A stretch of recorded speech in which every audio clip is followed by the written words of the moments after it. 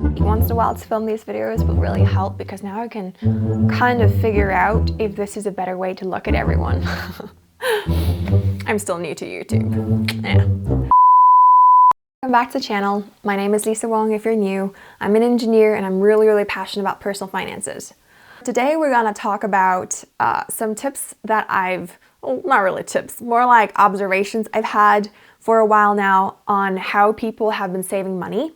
These are observations I would say are not super effective.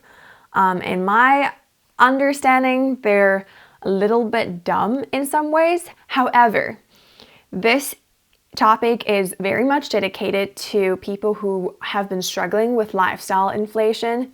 Obviously, there are many of us out there right now because of political climate and economic climate that are struggling to make ends meet, of course. And if you're one of those people, this video, please take with a grain of salt. It's not for you. It's not meant to be rude. It's just some observations I've realized does not work. The first one I've noticed is people who would rather eat instant food that are cheap, like instant ramen or like dollar nuggets from, what is that place called? Burger King. Or eating frozen foods because frozen foods are quote unquote a little bit cheaper than regular fresh food. Now, I wouldn't have to go into the American medical system for everyone to understand that drugs and getting medical assistance in this country is really expensive. So taking care of your body is actually an investment. This sounds really weird. I'm not sure if people talk about this very much, but self-care and taking care of yourself, your body, is investment. I'll repeat that. It's an investment. Your body is the only thing that's helping you generate income, other than, other sources that you could depend on, like your family and your friends.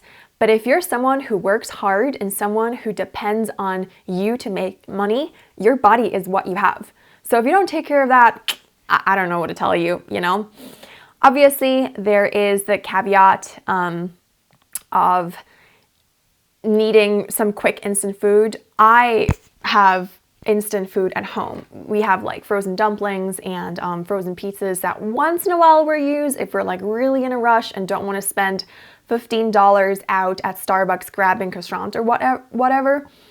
But it's not a long-term solution. Hoarding instant ramen and eating $1 pastas aren't going to help nourish your body. Also, in some areas, we live in Colorado. In Boulder, Colorado, there's a sugar tax that we have, which means that every single time you purchase maybe an instant food that has added sugar, you're paying more taxes.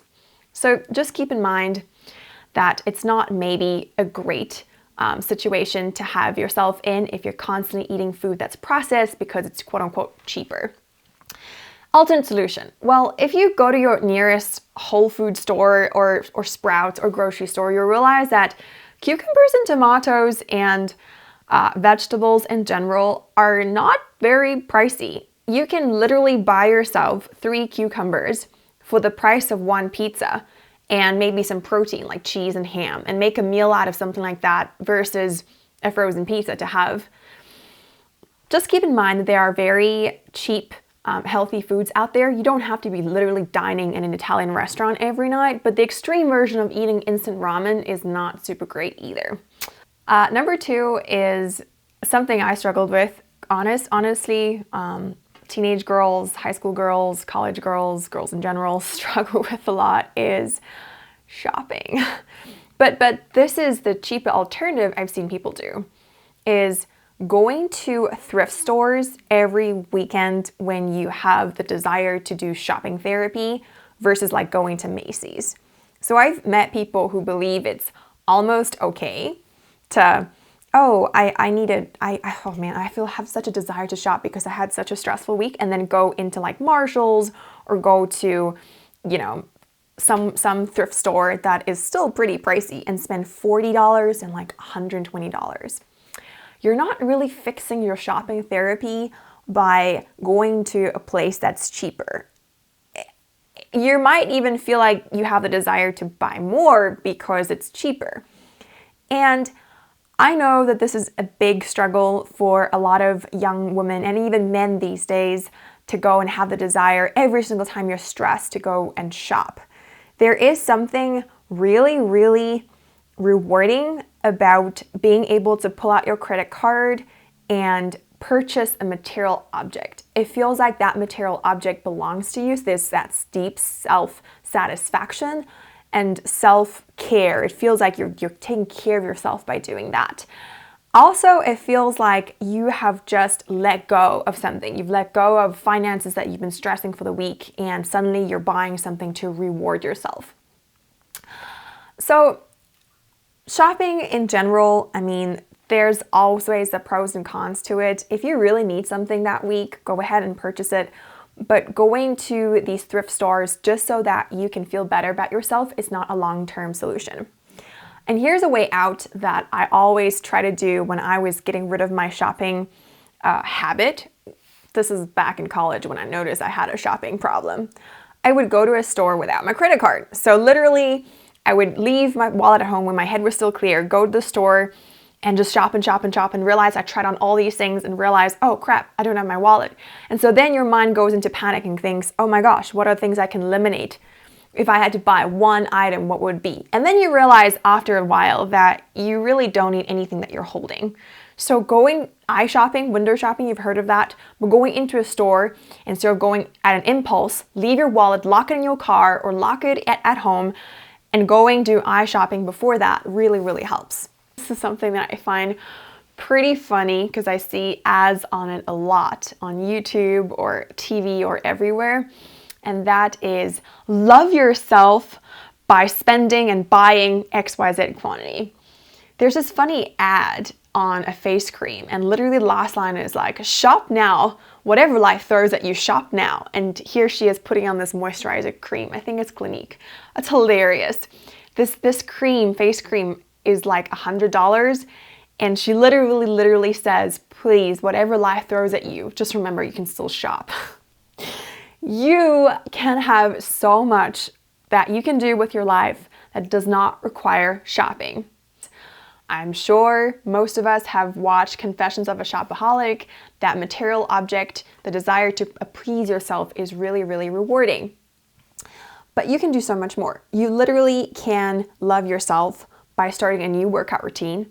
You can really love yourself by eating a serving of greens every day. You can seriously love yourself by drinking a glass of water. And you can ultimately love yourself if you want to get a beer, provided that your boss pays for it.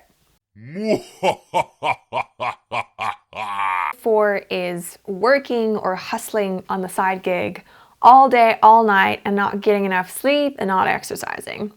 Kind of goes similar to the not eating well, but this is a little bit more extreme. If you're not sleeping well, you're depriving your body of much needed rest after a long day. And also exercising. Literally, our bodies are meant to move. They're not meant to just sit there and work. It was literally made to do stuff. So this one is also very interesting because in engineering school and also working at a full-time job, I didn't see much of it in my workplace. People who really prioritize school or exercise for their bodies. I saw quite the opposite, you know? People who really prioritize work, and then when things go wrong and you're really stressed and you're sleep deprived, you go take some medication. And if over-the-counter drugs stop working, you go to therapy. And boy, if you're watching here and you've taken therapy before, know that I'm not against therapy. No one's against therapy. Therapy is really good if you've gone through trauma and if you really need it. It's a really good way out for someone to listen to you and give you suggestions on how to cope. If you're going to therapy because you're stressed, and one of the big reasons you're stressed is because you've been getting 4 hours of sleep a night and not enough exercise, then think again if you really need to pay $200 average therapy sessions. Literally, it's really common for people to go to therapy because everyone's doing it. And everyone has this culture and mentality that you can keep going with your body, keep going, and if you need help, go to therapy. It's not if you need help, why don't you have you tried sleeping more? You know, why don't you sleep more? Why don't you get up and go to the gym or like literally go for a run or for a walk? Small activities. So that's something that's really, really interesting I've made as observation. Also, how common people take over-the-counter drugs is ridiculous in this country. When I first got to America, and this was 7 years ago, I think what was crazy to me is any single time someone had a headache, they just like popped a tablet. And I thought to myself, good no, what? I come from, and also where my family comes from, when you feel stressed and overworked, you take a nap, like you go to sleep because you probably haven't had much sleep, and you trace back to, the night that you only slept for 4 hours, realizing your body's telling you something, and then go give it what it wants. Over here, it's let's pop a tablet. So I don't know. That's kind of where I'm sitting with this topic for sure. An alternative is literally listen to your body. One thing that my Eastern doctor used to tell me, if you don't know what your body wants or how to treat it, try listening to it. Typically, your body will tell you if it needs something. If you're feeling really anxious and the last time you exercised was a month ago, probably you should go and exercise it out. Your body would really appreciate it. There are most commonly two types of people that I've met in America, and I think the first one is a little bit more common, at least that I've met so far. The first one is people who really opt for high quality everything. High quality is the goal. If you want to drink wine, you go for the best quality. If you want to go buy a hat, you go to Aria and get that best quality hat. If you want to buy shoes, you're going to get the best quality shoes. Even if you use them just a couple of times for events, going to a bowl, you're going to get the highest quality because it's going to last you forever. That's kind of scary sometimes, just because you could be buying a watch that you need, on occasion going to work, and you're buying that Rolex limited edition watch and you're making maybe like $60K a year, that's a little bit excess, and you're not buying a lot. You're just every single time spending large amounts thinking that you're pouring your heart into an investment, versus maybe you can opt for something slightly cheaper that is a little bit more durable, maybe not known as a brand more, but you're saving yourself a little bit more money. The second type is people who buy a lot if it's on sale. I've met a couple of these people. I used to be kind of like this. I've gotten a lot better. I only buy things that I know I need that's on sale from grocery stores. Say, for example, we drink a lot of coffee, and if the coffee's on sale, I buy like 3-4 bags. But these are people I've seen who are like constantly waiting for the Black Friday sale and then buy a ton of things, add a lot of stuff in their cart when it comes to Amazon Cyber Monday. And I get it, sometimes you need these things, but a lot of the times it's like impulse buying. Oh my gosh, it's on sale. I don't need it right now, but maybe in future and down the road I'll need it. And then you realize after buying it that it was on sale and you don't really need it. It's how stores get you. Businesses work like that. Think about going to a store without your credit card. And if you're shopping online, think about not linking your credit card to your Amazon before you add cart. Like, do impulsive shopping, put everything in your cart and like unlink your credit card so that you don't have the ability to check out. Small steps like that. Or get someone to keep you accountable. Literally, before you go on the shopping hype of impulse, call your best friend or call your spouse and ask, hey, is this a good idea? 9 out of 10 times they'll say, no, it's not a good idea, I think something silly I've seen, especially understanding the American system better, is if you're trying to save money, opting to not use a credit card, I think is not a very good idea. All right, this part is not intended for people who really struggle with shopping. Like if you're someone who struggled with hoarding and shopping and you want to cut out your credit card to deal with, certain aspects of your life, this is not for you. This is for the everyday humans that think about saving and go, man, maybe I should just cut out using a credit card. So many benefits of using a credit card. One thing I had to learn from very early on living in this country, it's a credit and debt system that we're playing. So every single time you're trading your credit for debt and vice versa, which means that credit scores is going to help you in the long run with a lot of things. Literally, when you purchase any big item like a house or a car or something, they're looking at your credit score. So that's number one positive of having a credit card. And number two is some of the benefits. So here we are thinking about going shopping. And if I have a regular debit card, I know I'm going to have to spend that much on groceries anyway. So why not get a credit card that gives me 5% cash back, as opposed to having a debit card and doing the same thing without those incentives? Does that make sense? Credit card companies, despite what they have been in the past, aren't as bad as they make to be if you are smart about using your credit card. Number 7 is a big pet peeve of mine, but also something that isn't going to strategically save you enough money in the long run because you're losing relationships. And that is being stingy with people who you love or who you're in close contact with. This is not to say that every single time you see your friends, you're going to have to make these big steak dinners or go out and drink and party and whatnot and spend a lot of money. But this is saying, for example, if someone invites you to a party and you bring a tiny dish of vegetables or literally like 2 cans of soda or something, and everyone else is contributing substantially to enough food. Or you know, you make a dish and you make a cake maybe in college and you're literally asking your roommates to pay you when they eat it. That's very, very silly in my personal opinion, and it's not going to help you make relationships in the long run. With that being said, there is the wise way to run things around. You can be open and honest if you're struggling with finances to your friends, and literally you can say, hey, I'm not going to go out with you tonight, or in the meanwhile, I'm not going to go out to eat anymore because I'm trying to save and build up investments, but also still be in a good place and be generous with your belongings.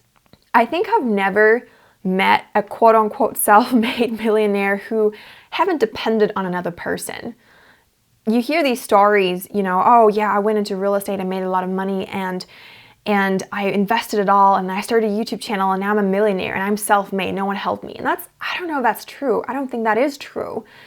Along the way, you had parents who invited you over for dinner. And if you don't have parents, you had friends who talked words of life into your soul. And you had friends who invited you over for dinner, and you had people to hang out with, and you had people and connections who would introduce you to other connections so that you can generate more income. There's always people involved every single way of the goal, I would say. Every single time you always meet someone and they're going to help you. And so ruining relationships by being super stingy with penny pinching is not an effective method to survive in America, or honestly a first world country in general.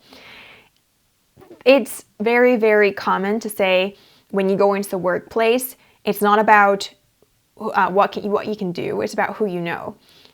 While that's not all true, there's some truth to it. It really is also about the relationships you're building. Those people can help you get further through more connections. That's definitely not a comprehensive list of all the ways that are not very effective when it comes to saving. Obviously, please feel free to put some comments in the comments below to tell me what are other ways I've missed that you think may be really effective, or ways that you've tried, or if any of these even make sense for you. I'd love to know that. Thanks so much, and I'll see you next time.